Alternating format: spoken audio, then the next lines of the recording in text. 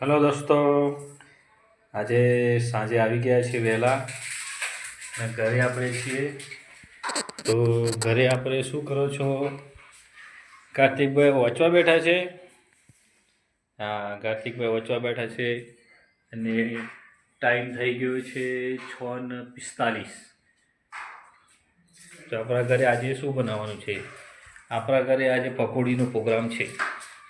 તો પ્રિયંકાજી ડુંગળી કાપી રહ્યા છે પકોડીમાં ખાવા માટે અને માનસીબેન રગડો બનાવી રહ્યા છે। આટલો રગડો થઈ જશે?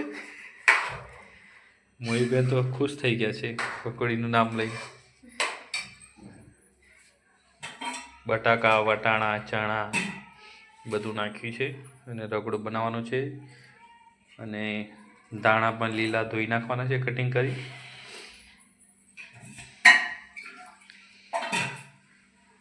પાણી બનાવવાનું હશે ને બાકી? પાણી પણ થઈ ગયું છે, જોઈ લઈએ। તો પાણી પણ તૈયાર છે, આંબલીનું અને મરચાંનું મિક્સ મસ્ત। આંબલીનું પાણી પણ તૈયાર, રગડો પણ તૈયાર। તો આપણે બટાકા પણ લાવી દીધેલા છે એક્સ્ટ્રા।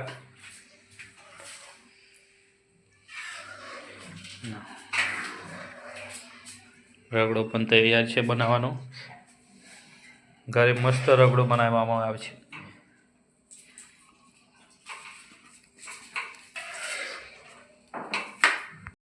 દાણા પણ લીલા નાખી દીધા છે, એડ કરી દીધા છે દાણા, એને સારી રીતે મિક્સ કરી દેવામાં આવશે અને સુગંધ પણ મસ્ત આવી રહી છે આજે। અને માનસીબેનની હાથની પકોડી તો લાજવાબ છે અને પકોડી સારી આવડે છે માનસીબેનને। અને અમારા અઠવાડિયાની અંદર 2 વખત તો પ્રોગ્રામ હોય છે જ ઘરે પકોડીનું।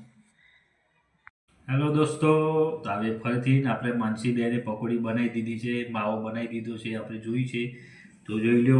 પકોડી પણ લઈ લીધી છે અને માવો, ડુંગળી અને આપણું પાણી અને દહીં। તો આપણે 2 સ્ટાઇલની અંદર આપણે ખાવાનું છે। પહેલાં આપણે કરી દઈએ થોડું ડુંગળી નાખી અને માવો લઈ લઈએ થોડો, જે બજારમાં મળે છે એ ટાઈપ। પછી આપણે થોડું પાણી લઈ લઈશું, પછી આ સંચર મીઠું આપણે ટેસ્ટ કરી લઈએ।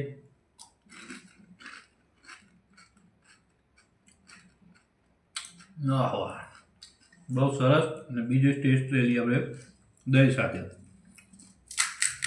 બહુ મસ્ત ટેસ્ટ બનેલો ભાઈ।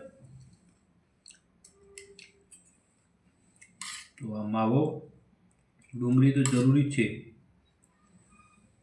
મસાલો, પાણી અને આ દહીં લઈ લઈએ, ચોખ્ખું દહીં, આ દહીં અને આ સંચર મીઠું।